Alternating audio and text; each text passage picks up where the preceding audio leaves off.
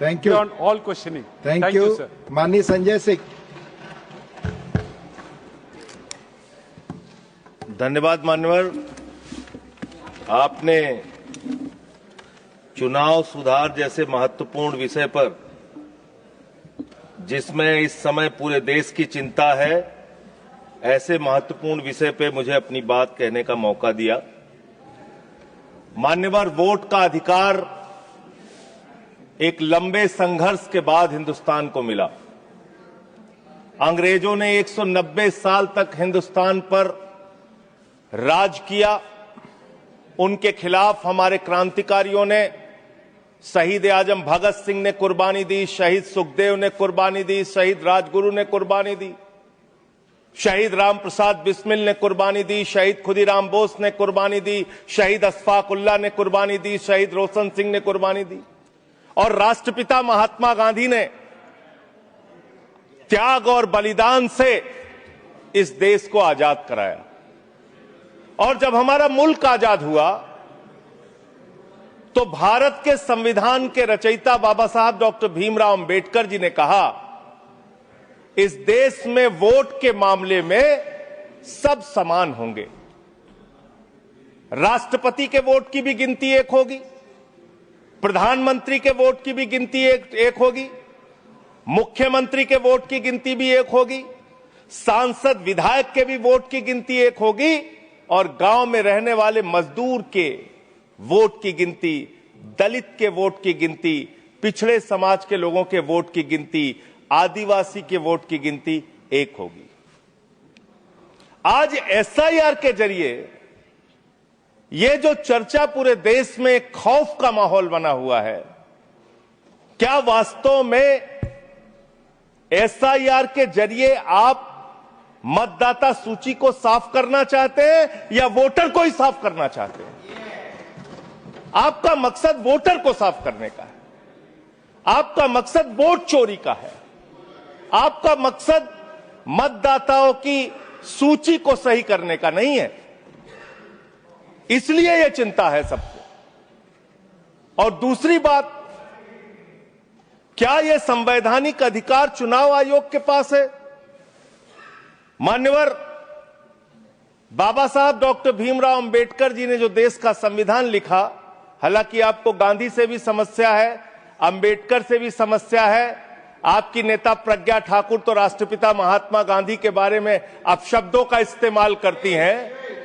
आप लोगों को गांधी के आदर्शों से कोई लेना देना नहीं। विषय पे ही बोल रहा हूं। विषय है ये, विषय पे बोल रहा हूं। डिस्कशन, गांधी के त्याग से ही वोट का अधिकार मिला है सर। बोले सर, गांधी के त्याग से ही वोट का अधिकार मिला। अलग बहस करने की आपका नहीं तो अगर गांधी का नाम ले लिया तो इसमें क्या समस्या है? आप समस्या सर, इसमें क्या समस्या है? विषय पर बोलिए, विषय पर बोलिए सर।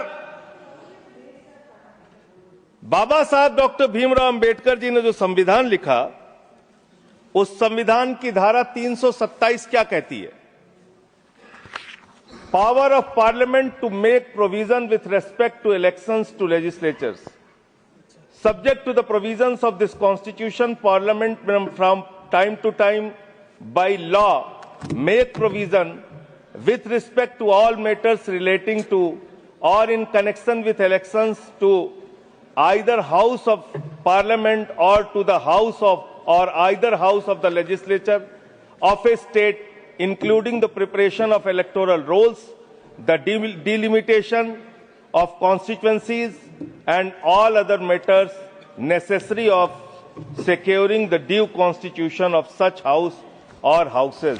इसको हिंदी में भी पढ़ देगा जरूर।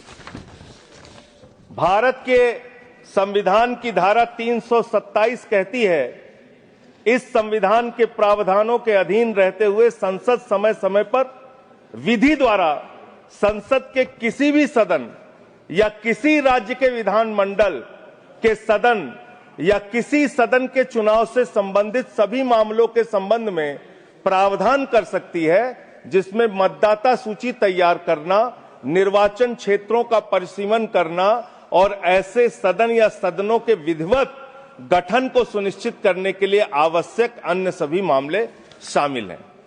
यानी कि चुनाव के मतदाता सूची बनाने से लेकर परिसीमन करने से लेकर चुनाव संपन्न कराने तक का जो अधिकार चुनाव आयोग को मिलता है वो धारा 327 के तहत मिलता है, संविधान के तहत मिलता है। उसी के तहत चुनाव आयोग काम करेगा। चुनाव आयोग कोई राजनीतिक पार्टी नहीं है, उसको चुनाव नहीं लड़ना है। चुनाव लड़ना है राजनीतिक पार्टियों को। राजनीतिक पार्टियां बैठती हैं पार्लियामेंट में और संविधान के मुताबिक जो 327 के तहत पावर चुनाव आयोग को दी जाएगी उसी के तहत चुनाव संपन्न होगा। अब आगे आ जाइए सर। अब लोक प्रतिनिधित्व कानून 1950 क्या कहता है, जिसमें मतदाता सूची का जिक्र है। इसमें साफ तौर पे लिखा हुआ है, इसकी धारा 20 उपधारा 3 में अंतर्विष्ट किसी बात के होते हुए भी निर्वाचन आयोग किसी भी निर्वाचन क्षेत्र या निर्वाचन क्षेत्र के भाग के लिए निर्वाचक नामावली में ऐसी रीति में जिसे वह ठीक समझे विशेष पुनरीक्षण के लिए निर्देश उन कारणों से जो अवलिखित किए जाएंगे किसी भी समय दे सकेगा। कारण अवलिखित किए जाएंगे, ये साफ तौर पे यहां लिखा हुआ है। एसआईआर आप क्यों करा रहे हैं, ये कारण आपको देश को बताना पड़ेगा, ये कारण आपको देश के सामने रखना पड़ेगा। ऐसे नहीं कि हम तुगलक हो गए हैं, हमारे दिमाग में सनक आ गई है, हम पूरे देश में एसआईआर कराएंगे। संसदीय शब्दों का ही इस्तेमाल करिए। शब्दों का नहीं सर, प्लीज सर। इसमें क्या गलत मैं कह रहा हूं? क्या तुगलकी फरमान जारी करके एसआईआर कराया जा सकता है? पॉइंट ऑफ ऑर्डर क्या है? पॉइंट ऑफ ऑर्डर किस रूल के तहत? 238 सर। हाँ बोलिए। Clause 5, reflect upon the conduct of persons in high authority unless the discussion is based on a substantive motion. I have already intervened. Please take your seat. हाँ माननीय संजय जी बोलिए आप। Sir मैं ये कह रहा हूं कि चुनाव आयोग को चुनाव नहीं लड़ना है सर, कानून बनाना है संसद को और उन नियमों का पालन करवाना है चुनाव आयोग को। तो आपको जब ये ताकत ही नहीं है एसआईआर की, एसआईआर कराने की ताकत ही नहीं है, आप किसी विशेष परिस्थिति में कारण लिखकर तब आप किसी क्षेत्र का, मात्र किसी क्षेत्र का आप एसआईआर करा सकते हैं, पूरे देश का एसआईआर आप नहीं करा सकते। दूसरी बात सर, आते हैं बिहार के ऊपर। उससे पहले मैं थोड़ा जिक्र दिल्ली के चुनावों का कर लूं। दिल्ली के अंदर मान्यवर, मैं एक चीज आपको स्पष्ट कर दूं माननीय संजय जी। हाँ मैं समय दूंगा, मेरा टाइम। माननीय चेयरमैन ने यह बहस शुरू होने के समय ही 3 चीजें बहुत स्पष्ट की थी। उसमें एक ये भी बताया था कि honourable members, I would like to remind you that matters concerning a special intensive revision of electoral laws in various states are presently sub judice and under education of the Supreme Court of India. In this context, your attention is invited to Rule 238(1) of the Rules of Procedure and Conduct of Business in the Council of States, which states that a member while speaking shall not refer to any matter of fact on which a judicial decision is pending. Already judicial decision pending. Judicial decision पे तो मैं बात ही नहीं कर रहा हूं। Anything bye you breach, sir जो प्रक्रिया संपन्न हो गई मैं उसकी और आपका इशारा कर रहा हूं डिसीजन की तरफ। सर चुनाव सुधार, मैं सुप्रीम कोर्ट के बारे में कोई बात ही नहीं कर रहा हूं सर। यू आर डिस्कसिंग ऐसा, मैं तो सिर्फ प्रोसेस के बारे में बात कर रहा हूं। मैंने आपको बता दिया, प्लीज आप बोले। सर देश में जो दिल्ली का जो चुनाव हुआ सर, उस दिल्ली के चुनाव में हमने बार बार शिकायत की चुनाव आयोग से। चुनाव आयोग चुनाव के दौरान दी गई शिकायतों को गंभीरता से लेने और उसका निस्तारण करने के लिए बना है। दिल्ली के अंदर जो नई दिल्ली कॉन्स्टिट्यूएंसी है, अरविंद केजरीवाल जी की कॉन्स्टिट्यूएंसी, वहां पर सर चुनाव शुरू होने से पहले ही 42,000 वोट काट दिए गए। 42,000 वोट काट दिए गए। उसका कोई कारण पता नहीं क्यों काट दिए गए, वो 42,000 वोट काट दिए गए।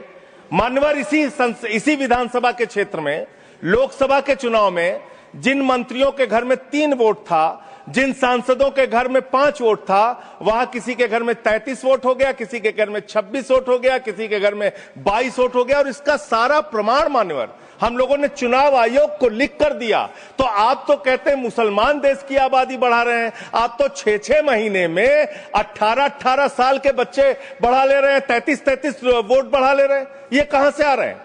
ये कहां से आ रही है? आबादी आपकी कैसे बढ़ रही है? दिल्ली में पूरी तरीके से आपने चुनाव का घपला किया, जिसका हम लोगों ने लिखित शिकायत दी थी। एक ही भारतीय जनता पार्टी के पदाधिकारी ने 11,000 वोट कटवाने के लिए शाहदरा में एप्लीकेशन दी थी। 24 बीजेपी के कार्यकर्ताओं ने 4800 वोट कटवाने की एप्लीकेशन जनकपुरी में। सर चुनाव की गड़बड़ी, सर चुनाव की गड़बड़ी, क्या सर चुनाव की गड़बड़ी पे हम नहीं बोल सकते? सर फिर हमारा टाइम जा रहा है, सर फिर हमारा टाइम जा रहा है। Speak on the subject. आपका समय जा रहा है क्योंकि आप विषय से बाहर बोल रहे हैं। सर आप बताइए, चुनाव की गड़बड़ी पे मैं नहीं बोल सकता। सर मैं आपसे विनम्रतापूर्वक पूछना चाहता हूं, क्या चुनाव की गड़बड़ी पे मैं नहीं बोल सकता? चुनाव में हो रही गड़बड़ियों पे नहीं बोल सकता। इलेक्शन रिफॉर्म्स के पक्ष और विपक्ष में हम इलेक्शन रिफॉर्म्स कैसे होगा जब गड़बड़ियां नहीं बताएंगे? सर उन चीजों के बारे में जब गड़बड़ियां बताएंगे तो रिफॉर्म्स कैसे होगा? संसद में उठा चुके हैं जिन चीजों को। सर मैं आपसे हाथ जोड़कर पूछना चाहता हूं, एक सेकंड सर, मैं आपसे विनम्रतापूर्वक पूछना चाहता हूं, चुनाव की गड़बड़ियों के बारे में अगर सदन को आपको नहीं बताऊंगा सर, तो उसका रिफॉर्म्स कैसे होगा? तो दिल्ली में अगर एक गड़बड़ी हुई है, जरूर आप बोले, ये आपका अधिकार है, पर स्पेसिफिक जो उदाहरण दे रहे हैं उसके बारे में पहले आप उठा चुके हो, अमान्य हो चुकी है चीजें। प्लीज नहीं सर, नहीं सर, नहीं सर, आप सर आपका समय जा रहा है, please come on the subject. Delhi के अंदर बड़े पैमाने पर वोट काटे गए और चुनाव में खुलेआम गड़बड़ियां की गई। अब बात करते हैं बिहार में। सर बिहार में आपने अचानक कहा पूरे राज्य का SIR होगा। SIR आपने कराया, करीब 65 लाख वोट काट दिए वहां पे। और मान्यवर, मैं आपके सामने कुछ विधानसभाओं की सूची पढ़ना चाहूंगा। मोतिहारी में 54,000 वोट काट दिया, बीजेपी 13,000 वोट से जीती। गोपालगंज में 66,000 वोट काट दिया, बीजेपी 28,000 वोट से जीती। संजय जी बरौली में 46,000 वोट काट दिया, बीजेपी 12,000 वोट से जीती। अनमोल में 37,000 वोट काट दिया, बीजेपी।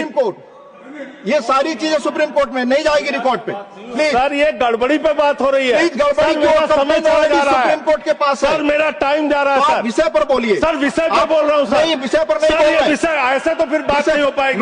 ठीक है सर, ऐसे बात नहीं हो पाएगी। आप हमारा टाइम खराब कर रहे हैं। विषय पर बोलिए। नहीं, मेरा सारा समय चला जा रहा है सर। आप विषय पर बोलिए।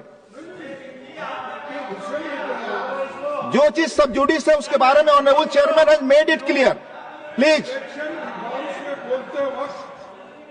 इलेक्शन में ऐसे गड़बड़ियां होते हैं, उसको क्या करना चाहिए ये बता रहे हैं। ये सारे कंप्लेन माननीय LOP सुप्रीम कोर्ट के पास है। ये सब जुडिस मामला है, इस पर मैं अलाउ नहीं करूंगा। ऑलरेडी चेयरमैन ने कहा। माननीय संजय सिंह, आपका समय जा रहा है। आप माननीय सर, आप बोलने ही नहीं दे रहे हैं। फिर ऐसे बोलने नहीं दे रहे हैं। आप कानून सर चुनाव की गड़बड़ियों के बारे में नहीं बोलेंगे? आप संवैधानिक मर्यादा चुनाव की गड़बड़ियों के बारे में नहीं बोलेंगे? चेयर पर आरोप करेंगे, ये आपको फ्रीडम है। आप कुछ भी कह सकते हैं नियम कायदे के बाहर जाकर के। ठीक है सर। दूसरी बात सर, प्लीज, EVM का इस्तेमाल देश के अंदर शुरू हुआ। प्लीज। और जब EVM का इस्तेमाल शुरू हुआ अपनी जगह बैठे, तो देश में तमाम बहस शुरू हुई। और EVM के ऊपर सबसे पहला किसी ने सवाल उठाया तो उस व्यक्ति का नाम है GVL नरसिम्हा। उन्होंने बाकायदा किताब लिखी है कि लोकतंत्र के ऊपर खतरा है ये EVM। और उसके बारे में लालकृष्ण आडवाणी जी ने उनकी किताब के प्रशंसा करते हुए और EVM पे सवाल होते हुए, अब इस पे भी समस्या है, इस पे भी। तो उस पे पूरा EVM के ऊपर सबसे पहले इन लोगों ने सवाल उठाया। EVM किन किन देशों में था और कहां कहां बैन हो गया, मैं पढ़ के बता दे रहा हूं। जिन जिन देशों में बैन हो गया, जर्मनी में, नीदरलैंड में, आयरलैंड में, UK में, फ्रांस में, पुर्तगाल में, इटली में, ऑस्ट्रेलिया में, नॉर्वे में, कनाडा में, बेल्जियम में, साउथ कोरिया में, इन तमाम देशों में EVM था। EVM बंद हो गया। लेकिन मुझे एक मन में शंका होती है जो आपके माध्यम से उधर बैठे हुए लोगों से पूछना चाहता हूं। प्रधानमंत्री जी का आप बहुत गुणगान करते हैं। आप कहते हैं प्रधानमंत्री जी बहुत लोकप्रिय हैं, प्रधानमंत्री जी की लोकप्रियता चमक रही है, वो महामानव हैं, विश्व गुरु हैं। तो ये कौन सी लोकप्रियता है प्रधानमंत्री जी की कि भाई प्रधानमंत्री जी की कौन सी लोकप्रियता है कि ईवीएम से चुनाव कराएंगे तो लोकप्रियता कायम रहेगी, बैलेट से चुनाव कराएंगे तो लोकप्रियता खत्म हो जाएगी। अरे भैया, दोनों में अगर लोकप्रियता कायम है तो बैलेट से चुनाव करा लो, उसमें भी पता चल जाएगा कितने लोकप्रिय है प्रधानमंत्री जी, कितनी लोकप्रिय है भारतीय जनता पार्टी, कितने लोकप्रिय हैं आप लोग, ये आपको पता चल जाएगा। दूसरी बात मान्यवर, दूसरी बात, आपने अभी मैंने सुना कि डिटेंशन सेंटर बनाएंगे घुसपैठियों के लिए, और यह कहा गया कि इस पूरी चुनाव की प्रक्रिया के तहत जो लोग पकड़े जाएंगे घुसपैठिए, उनको उस डिटेंशन सेंटर में रखा जाएगा। मैं आपके माध्यम से इस सरकार से पूछना चाहता हूं, 11 साल से इस देश में ट्रंप की सरकार तो है नहीं, न बराक ओबामा की सरकार है, न बाइडेन की सरकार है, यहां पर प्रधानमंत्री नरेंद्र मोदी जी हैं और गृह मंत्री अमित शाह जी हैं। आपने 11 साल में कितने घुसपैठिए हिंदुस्तान से भगाए, इसके बारे में आंकड़ा दीजिए सदन को आप जानकारी दीजिए। आप बिहार जाते हैं, वहां घुसपैठिया चिल्लाते हैं, झारखंड जाते हैं, वहां घुसपैठिया चिल्लाते हैं, दिल्ली आते हैं, वहां घुसपैठिया चिल्लाते हैं, हरियाणा जाते हैं, वहां घुसपैठिया चिल्लाते हैं, महाराष्ट्र जाते हैं, वहां घुसपैठिया चिल्लाते हैं, आसाम जाते हैं, वहां घुसपैठिया चिल्लाते हैं, घुसपैठिया पकड़ नहीं पाते। यह कौन सा घुसपैठिया है? जहां पर चुनाव होगा वहां आपको घुसपैठिया मिल जाते हैं, आप पूरा चुनाव उसके ऊपर करते हैं। कितने घुसपैठिया बिहार में मिले, इसको बताइए, देश को, इस सदन में बताइए। मैं आपको बताना चाहता हूं मान्यवर, मात्र 315 वहां पर विदेशी नागरिक मिले, जिसमें 78 मुसलमान थे, बाकी नेपाल के हिंदू थे। उसको आप इसलिए आंकड़ा नहीं जारी कर रहे हैं, 65 लाख में सिर्फ 315 मिले। आपकी छाती पे तो सांप लौटने लगा, आपको तो मजा आया नहीं। आप डिटेंशन सेंटर बना रहे हैं उत्तर प्रदेश में। डिटेंशन सेंटर का पता है आपको? कानून, अंतर्राष्ट्रीय नियम। आपको स्कूल बनाने के लिए पैसा नहीं है, आपको अस्पताल बनाने के लिए पैसा नहीं है, मिड डे मील में आप बच्चों को नमक रोटी खिला रहे हैं, नौजवानों को रोजगार देने के लिए आपके पैसा नहीं है, खाद की बोरी देने के लिए पैसा नहीं है। आप कह रहे हैं आप अपनी सनक को पूरा करने के लिए डिटेंशन सेंटर बनाएंगे, जहां पे घुसपैठियों को रखेंगे, उनको फ्री बिजली, फ्री पानी, फ्री एजुकेशन, रहने का घर, सड़क, सब आप अपने पैसे से देंगे, देश की जनता के पैसे से देंगे। इसलिए मैं आपके माध्यम से सरकार को चेतावनी देना चाहता हूं, अगर कोई बांग्लादेशी मिले, कोई पाकिस्तानी मिले, कोई अफगानिस्तानी मिले, तो उसको उसके देश वापस भेज देना। हमारे पैसे से उनको यहां पे डिटेंशन सेंटर और घर बना के फ्री में बिजली, फ्री में पानी, फ्री में शिक्षा, फ्री में इलाज मत करना। और ज्यादा अगर आपको चिंता हो तो अपने घर के बाहर एक घर बना लेना, वहां रख लेना, अपने घर में रख लेना। हम लोगों का पैसा मत बर्बाद करो अपनी सनक के चक्कर में, अपने सनक के चक्कर में। दूसरी बात, सनक शब्द असंसदीय शब्द ना बोले। नहीं सर, सनक सर क्या क्या बोलते हैं ये लोग, किसको किसको गाली नहीं देते हैं। संसदीय शब्द ही बोलना है, और आपको भी बोलना है सर। बांग्लादेशी घुसपैठिया की ये लोग बात कर रहे हैं। लश्कर तोयबा का आतंकवादी इनके माइनॉरिटी मोर्चा का अध्यक्ष था जम्मू कश्मीर में। लश्कर तोयबा का सब्जेक्ट पर तालिब हुसैन, सब्जेक्ट पर दैट विल सर सब्जेक्ट है, ये डिस्कशन सब्जेक्ट है सर। लश्कर तोयबा के आतंकवादियों को अपनी पार्टी में आप रखते हो, लश्कर तोयबा के आतंकवादियों को अपनी पार्टी में रखते हो, लश्कर तैयबा के आतंकवादियों को अपनी पार्टी में रखते हो, आतंकवादियों को अपनी पार्टी में रखते हो। आप यहाँ पे खाली देश का माहौल बिगाड़ना चाहते हो। मान्यवर, अभी उत्तर प्रदेश में चल रहा है SIR। उत्तर प्रदेश में अभी हमारी मीटिंग हुई वहां के मुख्य निर्वाचन अधिकारी से, वो कह रहे हैं 18% वोट काटे जाएंगे, करीब करीब 3 करोड़ वोट हमारे प्रदेश में काटे जाएंगे। और कैसे काटे जा रहे हैं? प्लीज संजय जी आप इधर बोलिए, चेयर की तरफ। क्या आप जानना चाहते हैं? आप आपस में बहस कराइए सर, उनको खड़ा कीजिए, सर उनको खड़ा कीजिए, बहस कराइए। आप बोले कोई चीज जानते। हमारी मीटिंग हुई सर, हमारी पार्टी के प्रतिनिधि गए, वहां कहा गया 18% वोट काटे जाएंगे। क्या इस सदन की चिंता नहीं होनी चाहिए? उत्तर प्रदेश में आप 3 करोड़ वोट काटेंगे, 3 करोड़ वोट काटेंगे। आपने रामपुर के अंदर एक 80 साल की बूढ़ी महिला, सर मैं मिलने गया, आपको दर्द बताना Please. चाहता हूं। 80 साल की बूढ़ी महिला, बैठ जाइए, बैठ जाइए, बैठ जाइए। आप लोग फालतू बोलते रहते हो। पर ही बोले वही रिकॉर्ड पे लश्कर तैयबा के आतंकवादियों को अपनी पार्टी में रखते हो तुम लोग। कमेंट नहीं कर सकते। लश्कर तैयबा के आतंकवादियों को रखते हो अपनी पार्टी में।